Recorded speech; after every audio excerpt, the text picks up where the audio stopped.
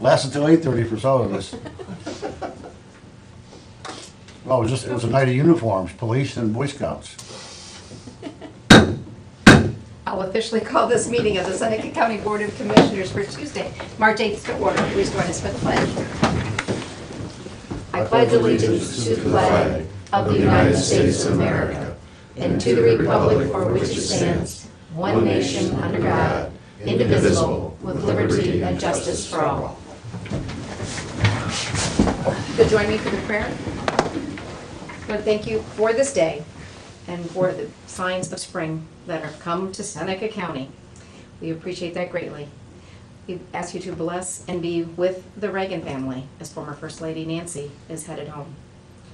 Be with us as we about to make decisions on what's in the best interest of all of Seneca County. In your name we pray, amen. Amen. All right, roll call. Commissioner Stacy, Here. Commissioner Zoller, Commissioner Kirschner. Here. All right, I'll accept a motion to approve the DVD recording of the previous board session, which was Tuesday, March 1st, and the index. By golly, you have it.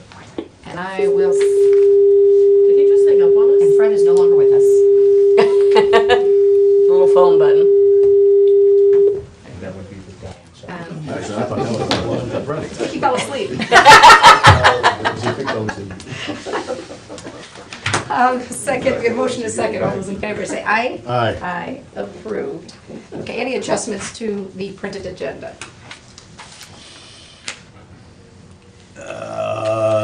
JJC, do we need to add that? Yes, let's do that.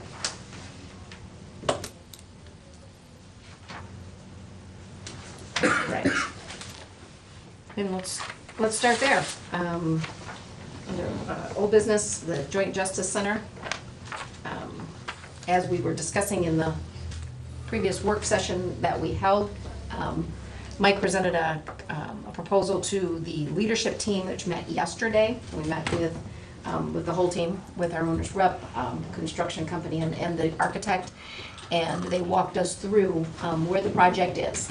They have done extensive work, the architect, with the judges, with the end users of the Justice Center project, and presented that to us. Took us, I thought it was a great presentation. Took us from, the very kind of the beginning stages of how we've gotten to where we're at, and what the facts are now, and some things that have been uncovered, literally in some cases, with the groundwork, et cetera, on the project. But Mike, if you want to summarize maybe your proposal, and for those who weren't here for the work session.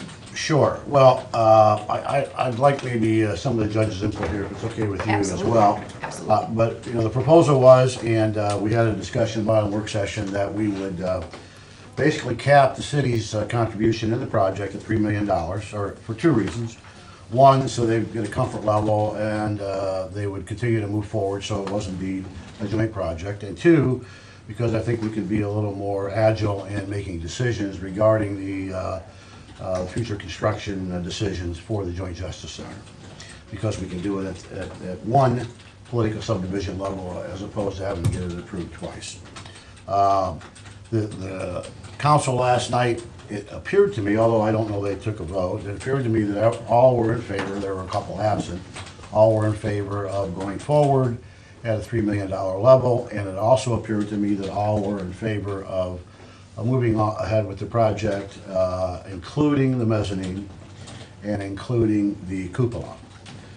And I would leave in the decision regarding the HVAC, which is about a $750,000 decision to us, because we would have the burden. So, judges, what do you think about the, including the cupola, including the mezzanine? Judge Calbley, you're on the team. I have not conferred with the other judges. Okay. There's only one judge that's not here, but I haven't spoken with. But Judge Rep did get a copy of the 45 pages, I believe, Yes, was he was there. emailed to him. Well, let me just go over the costs here, and there's some discrepancy regarding the cupola, but we believe the net cost of the cupola is somewhere between $250 and $300. And the mezzanine, as you have heard, but I don't think, Steve, you have, would be about 50% per square foot, as opposed to the rest of it, because most of the structure is already there. So it kind of made sense to have, I think, 1,600 square feet That sounds right. That sounds right, yeah. of storage space, evidence space, that kind of thing. off of Court Street at a cost that would be considerably less than the per square footage cost of other things. And of course, the cupola is just kind of remind us from, of the old iconic 1884 courthouse a bit and kind of add some class to it. So, Well, the architect, Tom Potts, had presented this to all the judges at a meeting we had, I'm not sure when it was, several weeks ago. We thought the mezzanine made a lot of sense because it was cheap space, cheaper than normal construction cost space per square foot. It gave the courts and the clerk of courts space to safeguard records and evidence. For example, in a number of criminal cases, we have cocaine, heroin, money, firearms, you name it, any contraband from criminal cases that we're holding on to. And to have that safeguarded near where the sheriff is and locked up makes a lot of sense in the same building. Another thing is highly recommended, if not required, that all exhibits in murder cases be held forever. So in murder cases, we're required to keep all the exhibits, whether it's DNA testing or blood samples or clothing, and that's a nice place to put all those records to make sure they are safeguarded and secured. So as far as mezzanine, it makes a lot of sense. And Judge Rep was at City Council last night along with myself, so I know he thinks the same way, and I think Judge Kelby and I Absolutely, think it's the same climate way. controlled, as opposed to putting it, Somewhere else. yeah. So I guess all the judges are in favor of the mezzanine. and I'm not going to purport to understand construction, but the Court Street has a lower grade, and that it allows, therefore, enough room to slide that 1,600 square feet in there with minimal cost. It's 8 feet high, so that's always good to know. Yeah. Cool. Well, having said that, then I would move forward in the form of a motion to cap the city's exposure to $3 million on the Joint Justice Center project. That if the project would come in at less than $12 million, they would be refunded proportionately at 25%, and that we go forward with including both the cupola and the mezzanine in the construction. I will second that. As far as discussion, the only thing I'll add is just that, again, this will not take away or eliminate, be nothing but to continue to enhance the collaboration, the cooperation, working with the city. It just puts us, everybody, in a comfort zone to know they'll know where their dollar figure is going to end at. We'll be able to negotiate when we get to the gross maximum price coming from the contractor. And again, we have limitations of what we can do on a bond, so it can't get out of control and it's not an open checkbook. We'll be able to know what we can fiscally be accountable for. So I think it's a great move that keeps this project moving. Like I said, I was very impressed with the way they caught us all up to speed from all the input they've gathered and presenting things to us so we know where we're at, so. And in further comments, I do have to congratulate the city on their action last night, taking it, handling it, moving it forward. Mayor Monsa's presentation to the council and the fact that the council members unanimously agreed, those that were there were two that were not, but those that were there unanimously agreed that virtually the same thing that we're doing today. That's good, great. All right, we can call the roll on that motion. Commissioner Kirschner? Yes. Commissioner Zoller? Commissioner Stacy? Yes, approved. Thank you. Next thing we had listed on the is safety grant under old business, and we did talk about this a bit in the work session as well. But this is about the opportunity to bring the fiber into the county network to our facilities on behalf of improved safety services and connectivity that would bring. We have two different things before us. One is we already were approved through the local government innovation funds, and this is through the work of the North Central Ohio Council of Governments for the 0% interest loan of $500,000 for this type of project. And then what has been introduced now from LGIF is the safety program grants, and we are eligible, if we choose to be part of another application that COG is putting together, so that we could apply for $500,000, up to $500,000 for that project, and we would be one of the partners on doing that. And so we were gonna have perfect timing with Mr. DeVoli walking in. But is discussion about, approving through a memorandum of understanding that we want to be part, the county wants to be part of that application process for that $500,000 grant. Anything else to be added to that? I think if the officer has anything to say about this at this point. Yes, Lieutenant was part of this presentation to all of us last week at the COG at the meeting. I think Commissioner Stacy summed everything up there. Okay. Well, thank you for all your hard work. I know there's a lot of work involved with this. We kid around about it a lot, but you did a great job and we appreciate it. Other duties as assigned, is this where this falls in? Yeah. Voluntold. I do appreciate it. I think it's exciting. One thing with, initiative we went through last year and that's ongoing is a county strategic plan, and that was brought up by Mike when Mike came into office, and the information and technology part of that strategic plan, I was working with other county leaders. Judge Kelby was on that committee, and this is one of the things that we talked about wanting to do. And now we knew the price tag was up there. We knew, I don't know if we're going to have $1 million to do this kinds of thing. So it's in the plan, and we're thinking, and we're building the Justice Center. We ought to do it now. This is the opportune time. We've looked at the annex and where we could have a data center and so forth. But now, lo and behold, we're going to have the opportunity to put that on the fast track.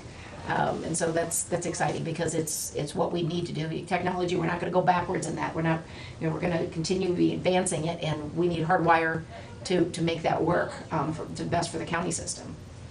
So we do not have the memorandum, or can we? John has the John memorandum. is delivering the memorandum? He All right. is. As in Republic last night, had Mayor Larrick sign it last night. We have 2 copies of it. One's gonna stay forever, in the offices. The other one we send down to the state, of course. And then when it's all filled out with all the, what's kind of cool document is that the, sorry, Lieutenant Russell. All the village mayors, Tiffin Mayor, and then county commissioners sign it. It's a nice cooperative type of group application, I should say. And once they all sign that, I'll create a PDF, I'll scan it all and then send it to you, Stacy, of course, so that you have it here, Tiffin will have it, and then all the villages will have it as well. Remember, it's a grant. We're not 100% sure that we'll get it, but I think I'm very optimistic about it. And it does coincide very nicely with that loan that we got previously. It's a pretty good plan, but there's only $10 million for the whole entire state. A lot of people are applying, but I'm optimistic on it. But I do have a copy of it here. If you so choose to approve that today, I can get Commissioner Stacy's signature on it then. And all it is a grant application. And Derek Devine did have a copy of this, and I don't want to say approved it, that's the wrong word, but he's looked it over. Reviewed. Yeah. Reviewed Well, it. okay. I'll move that we authorize Chairman of the Board of Commissioners to sign on behalf of the Commissioner. I will second. No further discussion, call the roll. Commissioner Kirschner? Yes. Commissioner Zoller? Commissioner Stacy? Yes, approved. So again, we just are excited about having this, like I said, coming on the fast track from falling right in line, obviously, with the goals of our strategic plan. And again, our concerns and only concerns were that we make sure that we're able to, as the project would move forward, if we are fortunate, and the COG does have an excellent track record on obtaining these grants. So I feel very optimistic about it as well, that we'll be able to make it work and get those involved to do what's best for the county and the city and whatever other groups are participating in it, because there's be 5 partners altogether. We have 8 altogether. With the villages, it'd be 8. Okay. Oh, so we can have more partners, but even though that it's capped at, you have to have 5 to hit the 500,000. Which makes it actually more attractive then, because we're actually not just trying to get 5 and then get 5. We got 8 trying to get We 5. got more trying to get. Yeah. Absolutely. Perfect. So as it not to be outdone, you can leave anytime you want now. Why, thank you. I've got this time blocked off for you. Good. Stacy, would there actually be a resolution or something you could send me that? Yes, that's what they're saying. exists?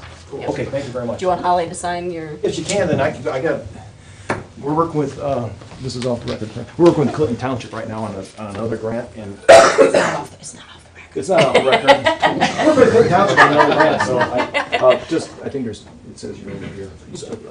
Apologize. Forgot Yes. about that. There we go. That way I can get back to the office and get working on that one. Absolutely. It all started back in Avoiding drawing. 1962 when I was born. That's going to stall for time Oh, here. okay. You do not need new subject matter. No. Thank you, Commissioners, seriously, thank you very much, we appreciate it. And Thank the you for your villages, thank you so much. I was at Republic last night, and they were, we're so happy, they're very happy to be working with everybody, and it's that's another cool thing of the whole project. Good. Thanks a lot. All right, any further old business? We had Wolf Creek on here, we've already talked about that, where that project is, awaiting some information back from Derek. Moves us to new business. I don't know if you have stuff. Yeah, it's like this. I have a supplement to the permanent appropriations for the probate conduct of business fund, putting $2,000 into other expense. And a supplement to the permanent appropriations for the sheriff's community corrections grant fund, putting $700 into salaries. I have a supplement to the permanent appropriations for the general fund, putting $18,000 into legal services, other expense.